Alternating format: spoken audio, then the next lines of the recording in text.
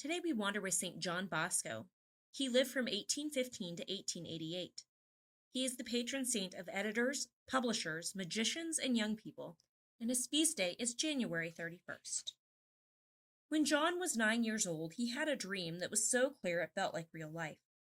He was standing in a field full of very poor boys who were acting up, fighting, playing, and saying awful things about God.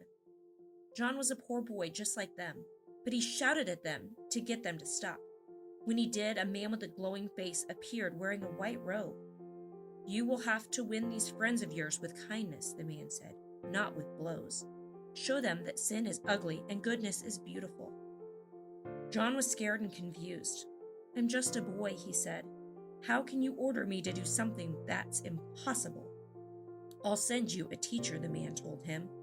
Then a woman appeared who glowed as if she were covered in stars, and the children around John turned into wild animals. "Stay in your field for now," the woman told him.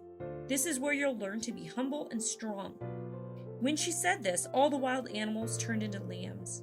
"Everything will be clear in time," the woman told John. The next morning, John told his mother and brothers about his dream. His brothers laughed at him. "So I guess you're going to be a shepherd," one brother said. "Or start a gang of thieves," said another one. "Nobody knows what will happen," his mother said. "You could become a priest." Even John knew this wasn't likely. His family was poor, and at the time almost all priests came from rich families. "Don't pay attention to dreams," John's grandmother told him. But John couldn't stop dreaming. So he did everything he could to make friends with the poor boys in this town.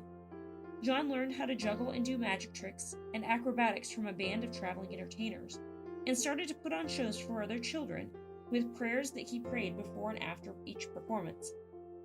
He was too poor to go to school, so he worked at home as a shepherd until he was 12. Then he took any job anyone would give him for years until he met a priest who helped him join a school.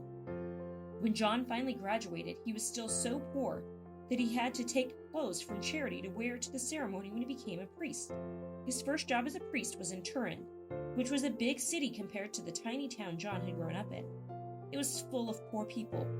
Thousands and thousands had come from the countryside to work in the new factories hoping for a better life. But they wound up in crowded, unhealthy neighborhoods, and their children lived in the streets or worked in the factories themselves. If poor children got in trouble, they wound up in prisons. When John visited the jails, he was shocked to find children there as young as 12 years old. One day, when John was about to celebrate Mass, he heard another priest shouting at a child in the church.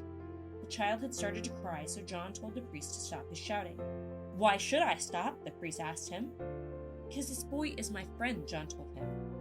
Just like he had back in his little town, John began to gather the boys of the city together. He took them for walks and did magic tricks, and organized a band of musicians to play for them. Because he didn't have a building, they met in the streets or knelt in fields to pray together. Every day, more and more boys joined him, but at night they went off to sleep under bridges, or in the night. But at night, they went off to sleep under bridges or in the street. John hated to see that, so he began to invite them to stay in his home. And his mother gave up her home, her furniture, and even her jewelry to live with him and be a mother to the boys. The first boys John welcomed into his own home stole all his blankets. The next group he invited stole all the hay from his hayloft. But that first year, 20 boys wound up living in his house. The next year was even more. John started to open schools for the boys so they could learn to be tailors or shoemakers or printers or priests and teachers. Most people didn't think these boys belonged anywhere but jail, but John paid attention to what each boy liked and what each of them was good at, and he tried to find a trade that would fit exactly who each boy was. People who took on apprentices in those days weren't always kind to them. Sometimes they treated their young students like servants instead of teaching them anything, and even beat them. So John drew up contracts for his boys and other apprentices requiring that nobody could use them as servants or hurt them, and that they would be given regular rest and a holiday every year. Over the years, John Bosco's 40 boys became 120, and 120 boys became 600.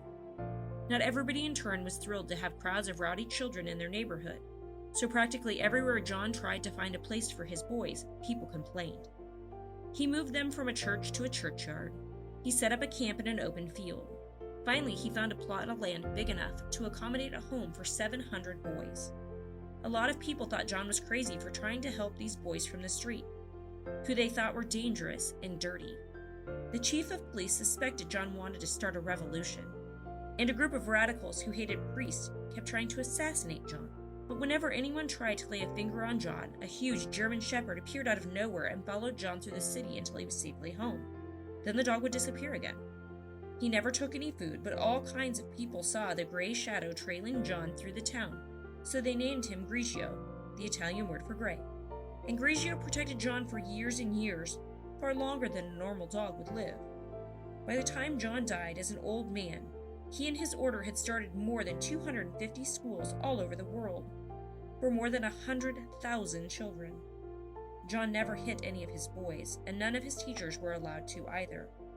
And he taught everyone who would listen that it was more important to educate their heart than the mind.